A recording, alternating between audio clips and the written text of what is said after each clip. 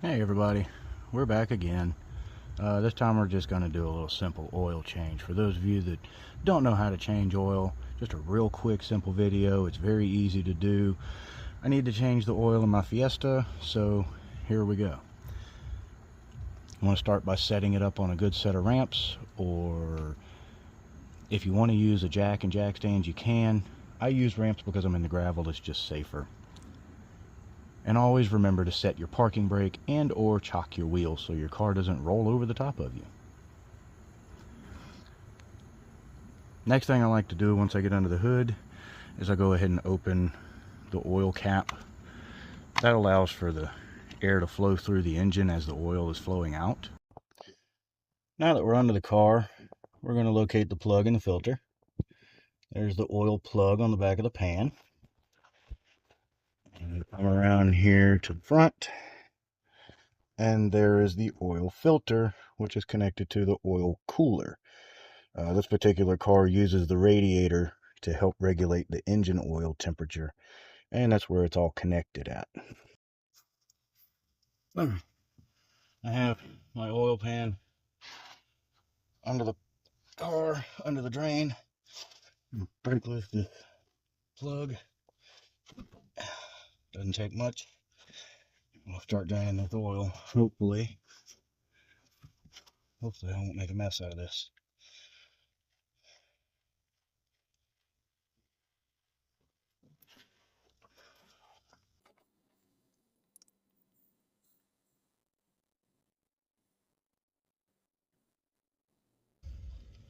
Something you always want to do is inspect your drain plug. Make sure that the gasket on here, if it has one, is good. Some of them have a little O-ring. Make sure that it's not crushed or cracked or anything. And also make sure that the head of the bolt itself is in usable condition. This plug has been recently replaced because the head of the bolt was starting to get rounded off and it was just in bad shape, and I just didn't trust it anymore. So they're fairly inexpensive. Do yourself a favor, save yourself some trouble and possibly expensive repairs, and just replace your drain plug every now and then. It's not going to hurt anything. You're not going to get every drop out.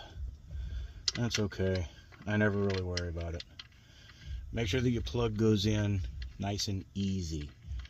If it doesn't go in there easy, it's cross-threaded and you're going to do damage. So make sure that it goes in there nice and straight and it turns in easy.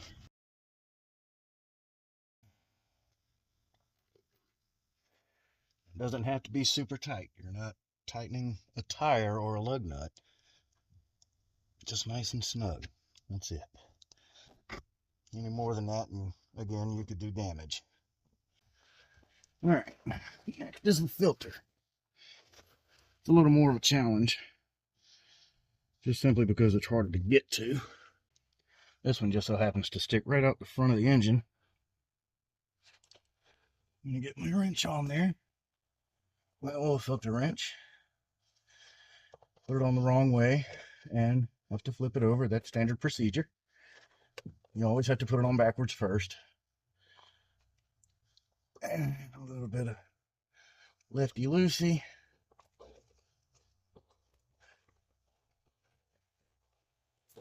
Oop.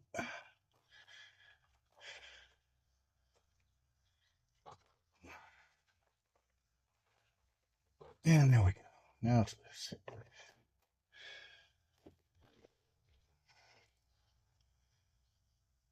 And of course, yes, more oil is going to come out. I moved my pan forward to catch that oil.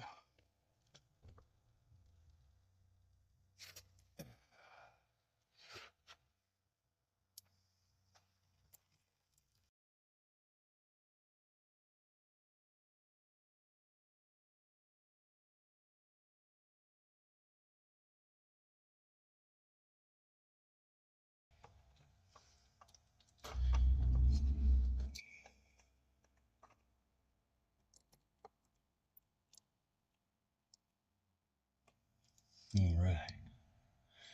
There's the old filter. Here is my new filter. If you notice on the new filter, it's got plastic covering the end of it. Be sure and take that off. It's just a dust cover packaging. You notice there's an O-ring.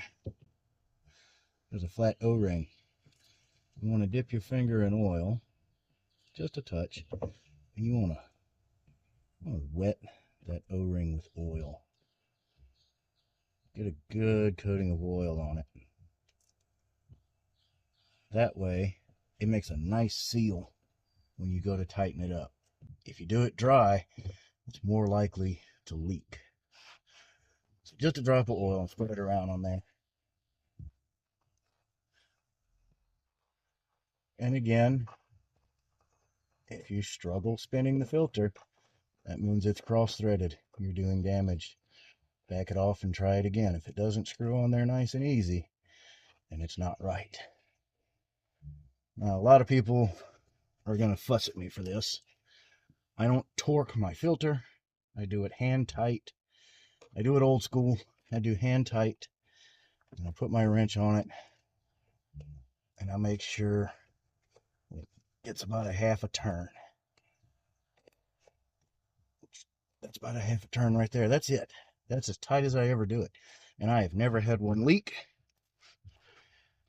And if I ever do, then I will say that I was wrong, and I'll start using a torque wrench or something. Until then, that's it.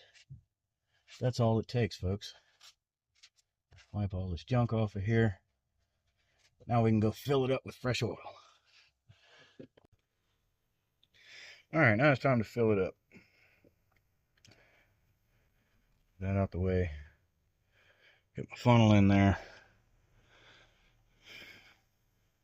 Pretty well holds itself in this car. I run full synthetic. This car takes 4.5 quarts, so one of these big gallons. I still have a little bit left.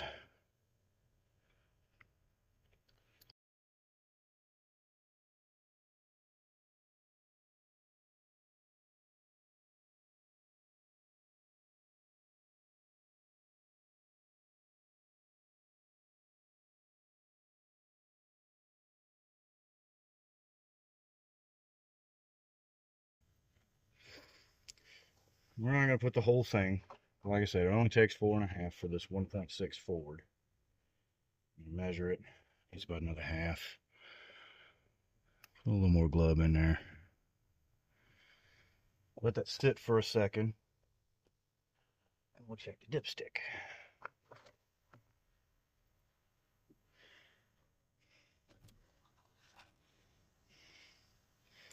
Give it a wipe.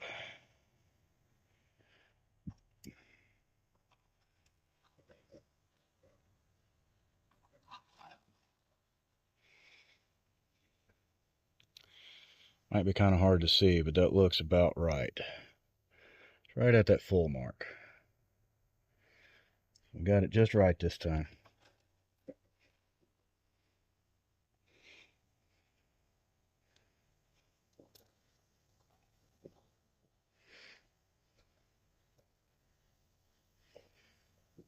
I always wipe my cap. Any kind of dirt that might be on it. I don't want to get down in the engine. And again, another O-ring. Inspect your cap, because the O-rings can wear out. They can start to crack. Sometimes these little locks right here, that actually helps lock the cap in place. That's the clicking that you hear when you close it down. They will break off, they'll crack, and you don't want that falling down into your engine. It could do some real damage.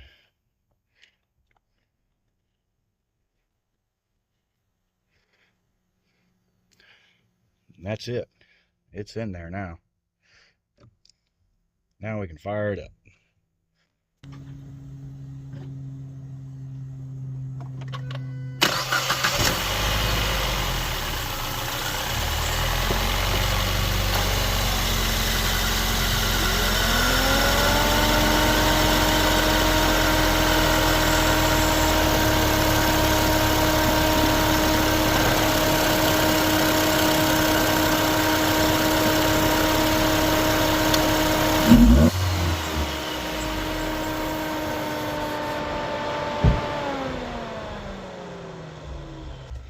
So something I always like to do is back it down off of the ramps and pull the dipstick one more time, just to make sure, now that it's primed up the oil filter and gotten all back up into the valve body and everything, make sure that it's still reading a good oil level in the sump,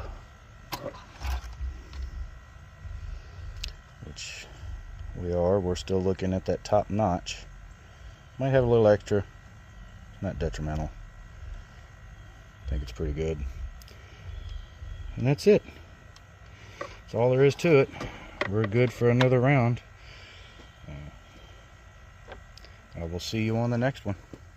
Thanks for joining.